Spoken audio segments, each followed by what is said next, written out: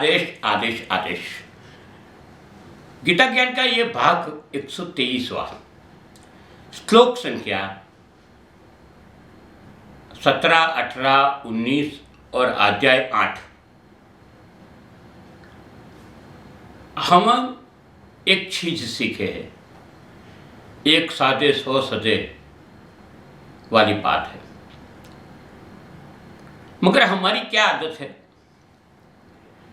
हम एक जगह नहीं रहते हैं। आज यहाँ रहते हैं तो कल वहाँ जाते हैं और भटकते रहते हैं। मगर इसका कारण क्या है?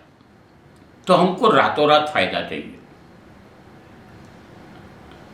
वो भी हमारे सोच के अनुसार, हमारी इच्छा के अनुसार। नतीजा नहीं आता तब तक भटकते रहते हैं। ये गलत है। और हमें इससे बाहर आना चाहिए, क्योंकि ये भटकने से क्या मिलता है? मिलता है ठल्लम ठल्ला,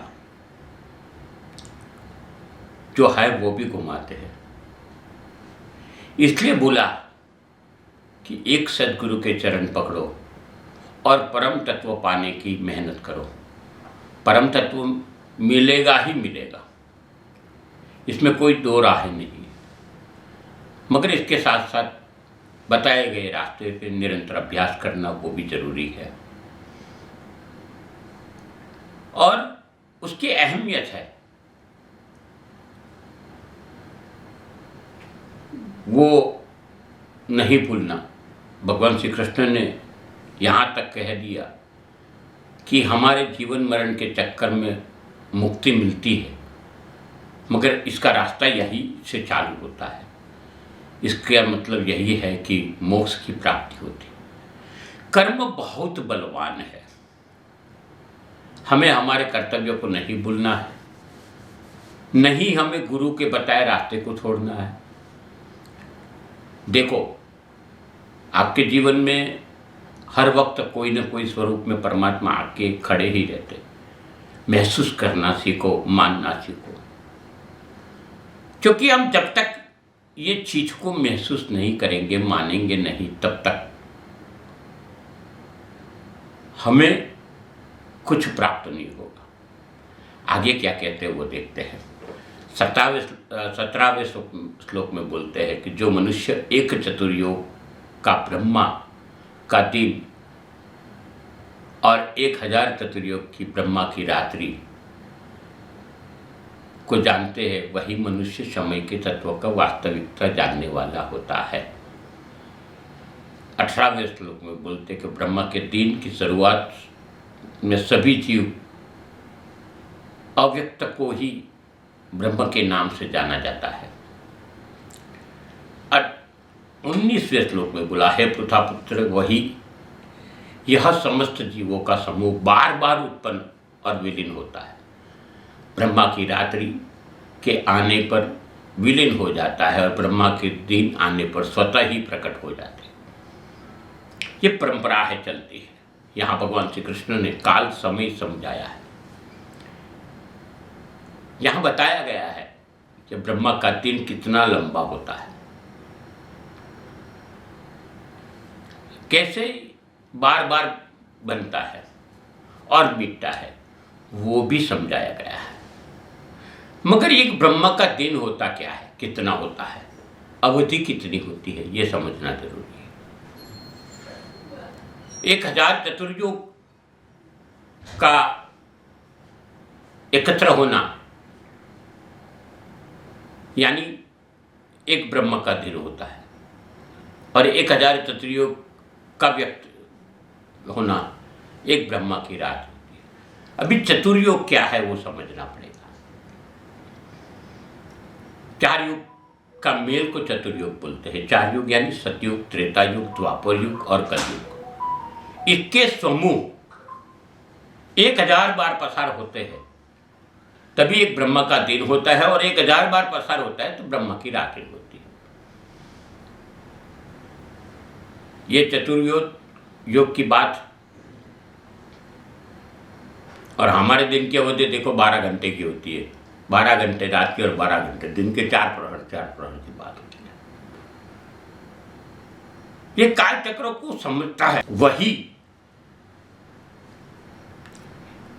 भोगों से दूर हो जाता है, मुक्त हो जाता है। मगर क्यों, ये भी समझते हैं हम वैज्ञानिक तरीके से देखें तो मूलतः 3 प्रकार के अणु होते हैं, जिसको इलेक्ट्रॉन, प्रोटॉन और न्यूट्रॉन कहते हैं, जिसको शास्त्र में त्रसैरणु बोला है। इसमें सूर्य की किरणें प्रसार होती है और हमारे तरफ आती है।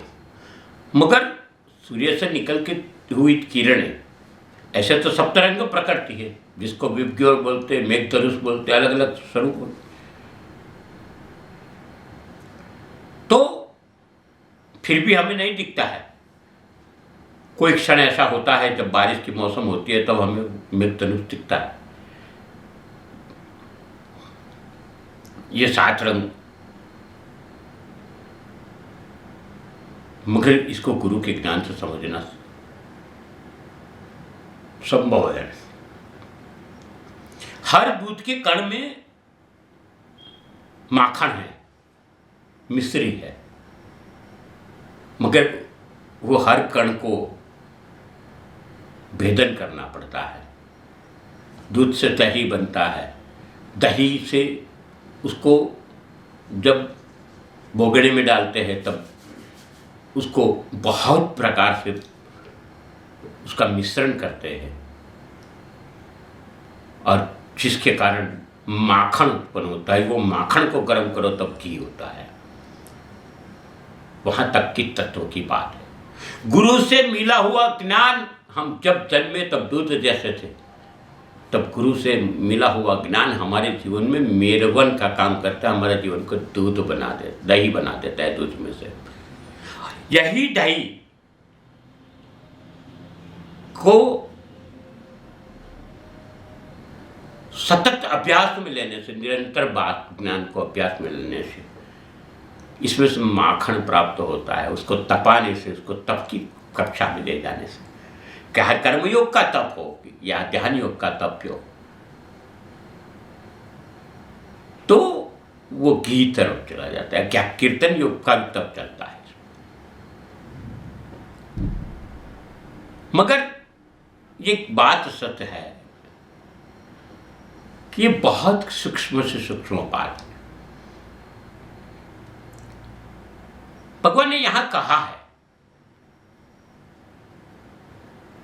कि जीव सृष्टि का मुख्य आधार इस किरणों पे आधारित है जो सूर्य में से आती है, जो इलेक्ट्रॉन, प्रोटॉन, न्यूट्रॉन को धारण करती है।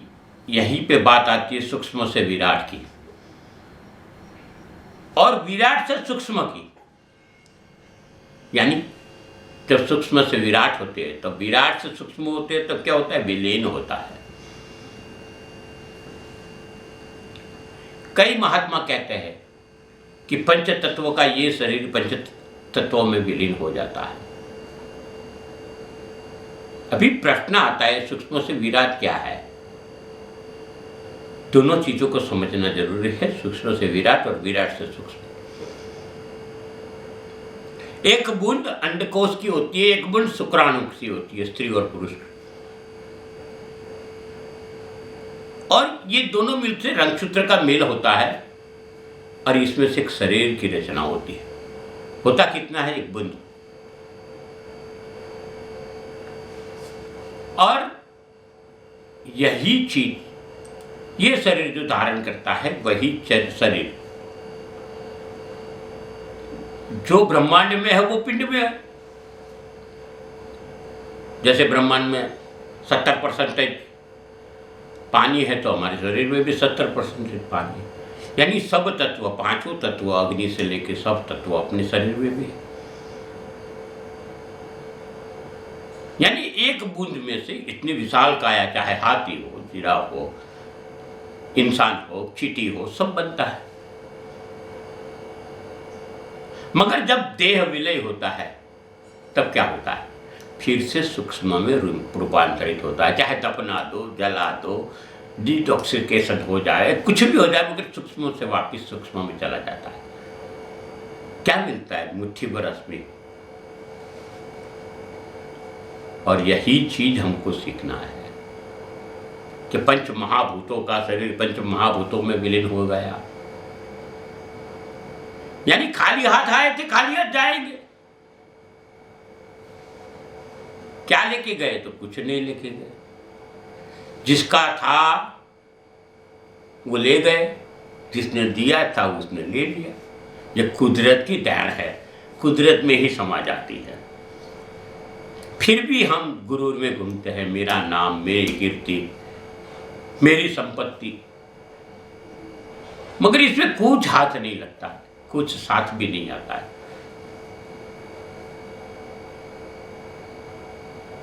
ये परम तत्व की पाने की बात है। वो होता है, वो एक तत्व होता है जो साथ में चलता है। हमें एक ही बात का ख्याल रखना है कि गुरु शरण या गुरु तत्व, यह राह पे चलने से, क्योंकि ये दोनों पथदर्शक है। ये तत्व की बात होती है, वो पथदर्शक है, इसलिए हम वही राह पे चलने से मुक्ति मिलती। इसलिए गुरु का मतलब ही बताया कि गुमनाह और गुमराह ये जिंदगी है, उसको रूह की पहचान कराने की ताकत अगर किसी में तो गुरु की है। कबीर जी की बात है, गौर करने जैसी बात है। चलती चक्की देख के भाई कबीरा रोए, दो परियन के बीच में बाकी न बचा कोई। एक बाजू संसार है, एक बाजू मोह माया कर्म, इसमें 20 जाते हैं। दो पड़ होते हैं, चक्की घंटी बोलते इसको। इसमें कोई बाकी नहीं बचता, मगर कौन बाकी बचता है? तो बीच में खूंट होती है।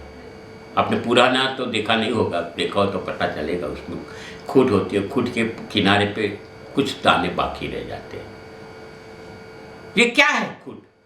तो खूंट गुरु तत्व है, और गुरु तत्व के चरण में पड़े रहे दाने, वो विचलित नहीं होते, वो चक्की में नहीं आते हैं, मोह माया संसार से दूर हो जाते हैं। चलती चक्की देख के भाई कबीरा रोए, दो परियन के बीच में बाकी न बचा कोई। ये तत्वों की बात है, समझना बहुत जरूरी। छोटी छोटी बातें होती है, मगर छोटी छोटी बातों मिलाकर पूरे जीवन का व्यतीत बताते हैं। अभी बात करते हैं ब्रह्म योग। ब्रह्मांड के अंदर अभी हमने 3 योग की बात की थी, त्रेता युग, सतयुग, त्रेता, द्वापर, कलयुग की बात है। आपको शायद पता नहीं होगा कि कलयुग के 1,35,000 के आसपास साल होते हैं। इतने ही त्रेता के, इतने ही द्वापर के, और इतने ही सतयुग के होते हैं। अभी हमारी कंडीशन क्या है कि हमने सतयुग चला गया, त्रेता चला गया, द्वापर चला गया, और कलयुग के 5,000 साल खाली गए। अभी जो कंडीशन देख रहे हो, 1,30,000 साल काटने बाद फिर मैं वही बोलता हूँ, बाद में क्या होता है? विलय, और विलय के बाद में फिर से उत्पत्ति। इस जंजाल से मुक्त होना है ना,